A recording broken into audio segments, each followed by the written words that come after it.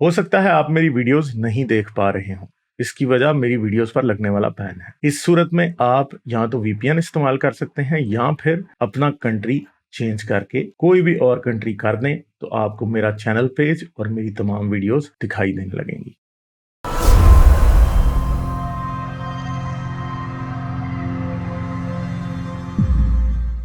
तकरीबन 10 साल बाद आज रईफ बदावी को छोड़ दिया गया। रईफ बदावी एक सऊदी ब्लॉगर है और इस्लाम के खिलाफ बात करने की वजह से, सोशल मीडिया पर इस्लाम के खिलाफ बात करने की वजह से रईफ बदावी को अरेस्ट किया गया था और उन्हें 1000 कोड़ों की और 10 साल कैद की सजा दी गई थी, जो कि 10 साल कैद की सजा आज पूरी हो गई और रईफ बदावी छुट गए हैं। मगर 1000 कोड़े भी लगे और बहुत तकलीफ उठाने के बाद 10 साल एक लंबा अरसा गुजारने के बाद आज रईफ बदावी जो है छुटे। सऊदी अरब, एमबीएस के सऊदी अरब से लोगों को बड़ी उम्मीदें हैं, मगर मुझे कोई खास उम्मीद नहीं है एमबीएस के सऊदी अरेबिया से।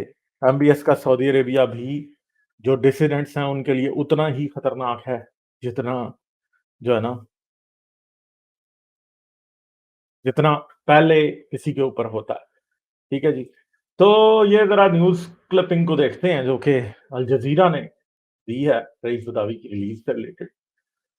वो क्या कहती है, Saudi Arabia 10-year travel ban for freed blogger Raif Badawi. तो 10 साल तक रईस बदावी को सऊदी अरब में ही रहना पड़ेगा, ट्रैवल बैन रहेगा। और 10 साल बहुत लंबा अरसा होता है जिसके दौरान रईस बदावी को जाहिर बात है कि अगर वो सऊदी अरब से नहीं जा सकते तो वो कुछ बोल भी नहीं सकते। ठीक है जी।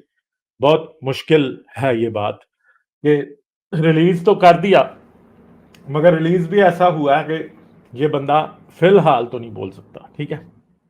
Badawi, a prominent human rights activist who spent 10 years in jail, was arrested in 2012 and charged with insulting Islam.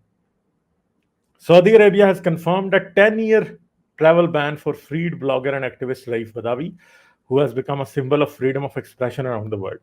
Raif Badawi, now 38, who was arrested and imprisoned in Saudi Arabia in 2012 on charges of insulting Islam, was released on Friday. ठीक है जी। तो छूट तो गए हैं। अब रईफ बदावी की जो बेगम है वो तो कनाडा में है और Raif Badawi can not go back to Canada to be with his wife and his children. वो सारे के सारे वहां पे हैं। ठीक है। और सऊदी अरेबिया जो है वो रईफ बदावी को जाने नहीं देगा। ठीक है जी। तो ये एक प्रॉब्लम है जो कि हमें नजर आ रहा है। जारी बात है कि रहेगा, but thankfully he is free. मगर free and yet not free, ये एग्जैक्टली वो बात है जो कि मुझे लगती है कि है। तो अब आप क्या करेंगे, कैसे इस सिचुएशन को हैंडल करेंगे? आई थिंक कि कोई हाँ, शायद वक्त के साथ साथ ऐसा इम्पॉसिबल है कि कोई भी शख्स इस्लामी मुल्कों में रहता हुआ इस्लाम पे तनकीद कर सके, या ऐसे डिक्टेटरों के मुल्कों में भी रहता हुआ उन पे तनकीद कर सके। गुरु रईफ बदावी का एक्टिविज्म पॉलिटिकल भी है और रिलीजन के खिलाफ भी है। तो दोनों तरफ से ही रईफ बदावी के लिए प्रॉब्लम्स हैं और रईफ बदावी की जान को खतरा आई डोंट थिंक सो कि अभी भी खत्म हुआ है। और सऊदी अरेबिया में रहते हुए कुछ भी हो सकता है। सऊदी अरेबिया की एक बड़ी गंदी हिस्ट्री है जिसको हम कुछ भी नहीं कह सकते। तो Canada's Quebec province has paved the way for Badawi to take shelter in the country if he chooses, by placing him on the priority list of potential immigrants for humanitarian reasons.